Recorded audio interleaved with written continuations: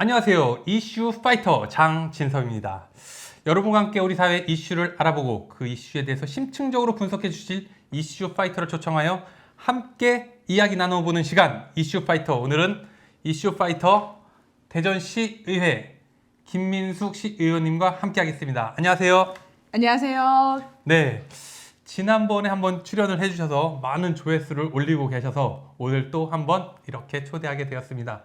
지난번에 우리 김민숙 의원님께서 성인지 정책 담당관 폐지에 관련된 내용과 함께 N번방에 대한 이야기까지 나누어서 많은 시민분들께서 시청을 해주시고 관심을 가져주셨는데, 자, 오늘의 이슈 무엇일까요? 오늘은 얼마 전 중앙방송에서 대전이 또 한 번 이슈가 됐습니다. 좋지 않은 내용인데요. 그 노래방 도우미, 그것도 청소년 노래방 도우미들이 활개를 치고 있다. 그것이 바로 대전의 한 도시더라고요. 한 동. 우리 이쪽 유튜브니까 그냥 막 오픈해서 해야죠. 월평동에 있는 노래방에 청소년들이 도우미로 활동을 하고 있다라는 중앙 보도가 있었습니다. 이거에 대해서 오늘 우리 김민숙 의원님과 함께 이야기를 나눠볼 텐데요. 이 내용에 대해서 한번 간략하게 소개를 좀 해주시죠. 네, 이게 2016년도에도 그런 일이 있었는데 이미 전국에 있는 그 집을 나온 청소년들에게는 청소년 보도 천국이라고 하는 것이 바로 대전에 위치하고 있는 월평동에 있는 노래방입니다. 노래방이 월평동만 있는 게 아닐 텐데. 네. 네네. 그리고 거기에서 하필이면 또 미성년자분들이 규모가 어느 정도 네, 이렇게 어마어마하죠. 2016년도에는 정말 많은 청소년들이 쏟아져 나왔습니다. 가장 지형적으로도 가운데에 있어서 집을 나오면 어디에서든지 가장 가까운 곳이 대전이잖아요. 그래서 대전으로 모여서 아이들이 이제 돈을 벌거나 이렇게 많이 하는데, 월평동에 유독 그 경마장이 있는 그곳에 저녁만 되면 굉장히 많은 이제 봉고차라든지 청소년들이 많이 다녔습니다. 거기에서 2016년도에 350여 명의 청소년들이 알바를 하다가 이제 노래방 도우미로 알바를 하다가 적발이 되었었죠. 그랬었죠. 네네.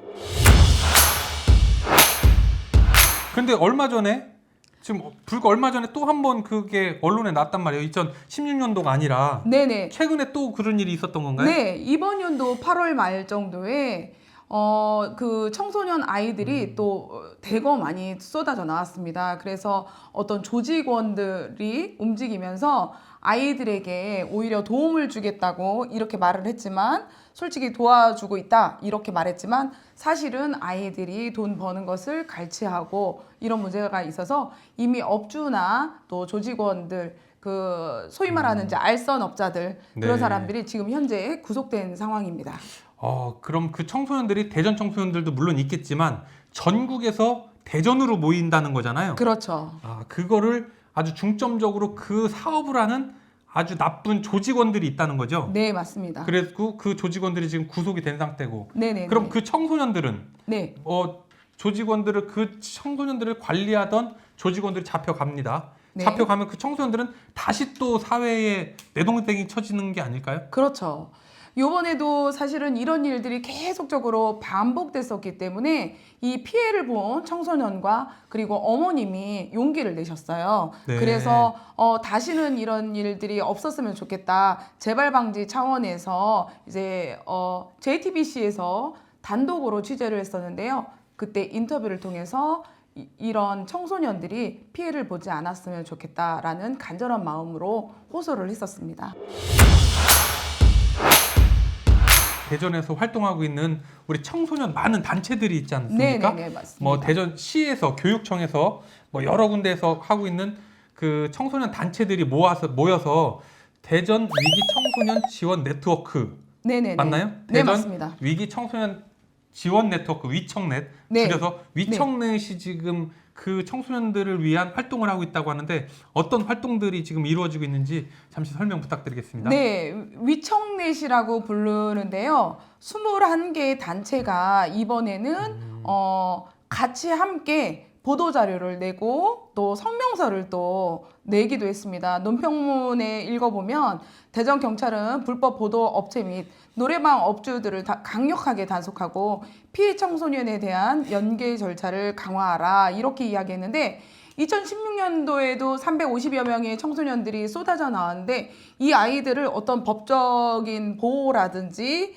뭐 이런 것들이 전혀 없었습니다. 그냥 각자 지방으로 그냥 흩어져서 이 아이들에게 어떤 연계를 하거나 보호할 수 있는 그런 능력들이 없었었죠. 그 집 나온 청소년들이니까 집으로 좀 돌려 보내면 안 되나요? 네, 돌려보내는데 어떤 절차나 예방 방안이라든지 교육이라든지 우리가 할 수 있는 것들이잖아요. 어른으로서 그런 역할들을 하나도 하지 못했었죠. 근데 이번도 마찬가지로 지금 아무런 대책 없이 아이들은 이제 단속에 걸려서 문제를 일으키고 있는데 그 아이들을 그냥 집으로 보내는 거 외에는 해줄 수 있는 것들이 없었죠. 그렇죠. 네, 그러다가 그냥 공방이라는 것이 있습니다. 대전에는요. 그냥 공방? 네, 성매매를 하거나 노래방 도우미로 그냥 공방? 예, 맞습니다. 네. 노래방 도우미나 성매매를 하는 여자 아이들이 그냥 공방이라는 곳에 가서 뭔가 수공예품을 만든다거나 어떤 온라인으로 교육을 받는다거나 이랬을 경우에 아주 작은 금액의 돈을 줍니다. 그래서 성매매를 하지 못하도록. 아, 성매매를 네, 하지 네, 네. 않고 뭐 어느 정도의 뭐 보수를 주고 지금 그 친구들에게 공방을 가르쳐 주고 있는 거죠? 네, 아주 적습니다. 원래는 그 최저임금 수준의 이제 비용이 9,160원인데요. 이 친구들은 7,780원을 지금 1시간에 받고 있고요. 일주일에 4번 정도 하루에 4시간까지만 가능합니다. 그래서 일주일로 주 단위로 보면 16시간까지 지금 이제 그 부분에 대해서 같이 16시간을 그냥 공방에서 공방을 좀 배우고 네. 그러면서 받는 돈은 한 12, 3만 원 정도가 되겠네요. 네, 7천 맞습니다. 얼마씩이면? 네, 맞습니다. 노래방 도우미로 뭐 하루 일에서 버는 돈보다도 훨씬 적은 금액이라 보니까 청소년들이 다시 또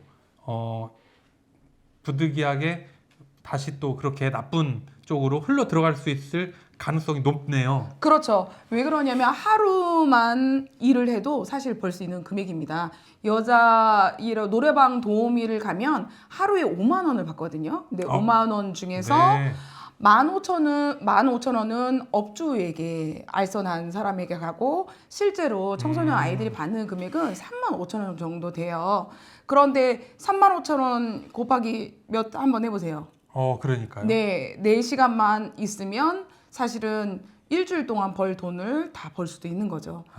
네, 그럼에도 불구하고 이제 마음을 잡고 좋지 않은 일에 대해서 계속적으로 선생님들이 교육하면서 좀 더 잘 돌아갈 수 있도록 네. 이렇게 도움을 주고 있습니다.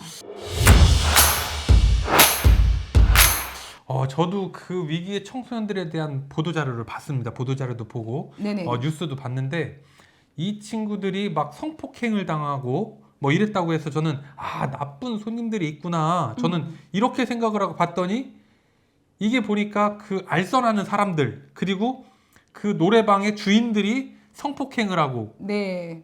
그 손님들이 그런 게 아니더라고요. 네네, 그 손님들도 맞습니다. 나쁘지만 아주 더 나쁘더라고요. 그 네네네네. 업주나 그 연결을 해주는. 네. 먼저 이제 광고를 낼 때 월 수입 400만 원 보장 뭐 이런 식으로 아이들에게 미끼를 던지죠. 그래서 일할 수 있는데 노래방에 갈 때는 처음에 너네들이 좋아하는 노래도 부르면서 놀면서 술도 마실 수 있다. 이 정도로 뭐 어렵진 않다. 그렇죠. 이렇게 그러면서 돈도 400만 먼저 원씩이나 번다. 그렇죠. 그렇게 유인을 하고 그리고 나서 아이들이 이제 일을 하다 보면 똑같이 너 노래방 다니는 거를 부모님에게 얘기한다. 이런 형태로 또 아이들을 유인하고 또 재워주겠다, 뭐 숙식 제공해주겠다 이렇게 하면서 이제 성폭행이나 이런 것들이 이루어지죠. 앞으로 이런 위기의 청소년들을 위해서 우리 사회에서 어떤 역할들을 좀 우리가 개선해서 해 나가면 좋겠는지 한번 생각해 둔 게 있으시다면 우리 의원님께서 한번 말씀을 해봐 주시죠. 네, 제가 판사가 아니어서 뭐 어떻게 이분들에게 그만큼의 대가를 치를지는 잘 모르겠습니다. 그러나 우리 사회가 또 이런 나쁜 일을 하는 어른들, 업주라든지 또 노래방의 주인들, 알선 업체 이런 사람들이 미성년자를 대상으로 돈을 100억 이상 막 갈취하고 막 이랬었거든요. 이런 일들이 발생했을 때는 정말 중대한 일이기 때문에 더 강력한 처벌을 해야 한다라는 생각이 들고 앞으로 이런 재발 방지를 위한 노력과 피해 청소년에 대한 회복과 지원에 대해서도 우리가 관심을 좀 가져줘야 된다. 저는 이렇게 생각을 합니다. 예. 지난번에 출연해 주셨을 때 네네. 엠번방 그 동영상만 가지고 있어도 그리고 보기만 해도 처벌을 받았잖아요. 네, 그렇습니다. 이번에도 와서 미성년자와 술을 마시거나 미성년자를 도우미로 부르거나 하면 아주 강력한 처벌이 필요할 것 같습니다. 저도 그렇게 생각을 합니다. 그래서 사실 요즘에 업주들은 그런 이야기를 해요. 남성의 손님들이 많이 원한다. 그래서 그렇게 고용할 수밖에 없다. 근데 청소년 아이들이라도 화장하고 좀 옷을 그렇게 어른스럽게 입으면 진짜 20대 초반의 대학생이나 성인인 줄 안다 이런 얘기를 하거든요. 그런데 명확하게 좀 진짜 성인인지 미성년자인지 확인을 하고 또 이렇게 좋지 않은 일을 아이들에게 시키지 않는 것이 되게 중요하겠지요. 여성만이 아니에요. 여성 청소년만이 아니라 남성 청소년들도 도우미로 월평동에서 활동을 했다. 이게 보도자료에 나왔거든요. 네, 맞습니다. 제가 그 청소년 센터에 있을 때 상담받으러 온 아이들이 주로 이제 특성화고에 다니는 아이들이 많았어요. 그런데 그 아이들이 하는 말이 택배 알바를 가는 것보다는 훨씬 놀면서 돈을 벌 수 있다. 그리고 그 안에서 잘 좋은 어른을 만나면 또 약간 스폰서처럼 돈을 또 용돈도 받기도 한다. 주고. 네네네. 그런 것 때문에 그런 어떤 뭐라고 하죠? 이렇게 미끼 같은 게 있기 때문에 한 번 돈을 벌면 그것을 그 맛을 아는군요. 그렇죠. 그래서 알바로 다시 택배를 하기에는 너무 어려운 상황이 된다. 이런 이야기를 그럼 하더라고요. 이런 청소년들을 좀 교육시켜서 네. 진짜 이 사회의 일원으로서 굉장히 중요한 역할을 할 수 있다. 본인은 지금 여기에서 이렇게 시간을 낭비할 때가 아니다라는 것을 확실하게 인지시켜주는 교육이 많이 필요할 것 같은데. 네, 맞습니다. 예. 그래서 그런 예산들도 세워져야 되고요. 또 우리 대전에서는 위청넷에서 또 청소년 아이들에게 굉장히 관심이 많이 있습니다. 21개 단체와 개인이 이렇게 이루어져서 만든 단체인데요. 계속적으로 청소년들에게 관심을 갖고 교육하고 이런 것도 중요하겠지만 사회에서 또 어떻게 바라보느냐에 따라서 많이 달라질 수 있을 것 같습니다. 단체에서는 열심히 노력하지만 사회에서 바라봐주지 않고 관심을 가져주지 않으면 계속적으로 이어지기가 쉽지 않거든요. 네, 그만한 예산도 또 확보가 되어야 될 것 같습니다. 네. 오늘 우리 위기에 몰린 우리 청소년들에 대한 내용을 우리 김민숙 대전시 의원님과 함께 나누어 보았습니다. 앞으로 시의회에서 이런 청소년들을 위해서 또 열심히 활동해 주실 것을 부탁드리면서요. 네, 오늘은 이상으로 마무리를 짓도록 하겠습니다. 다음에는 더 알찬 이슈와 내용으로 여러분을 찾아뵙도록 하겠습니다. 좋아요, 댓글 부탁드리겠습니다. 끝까지 함께해 주셔서 감사합니다. 이슈 파이터!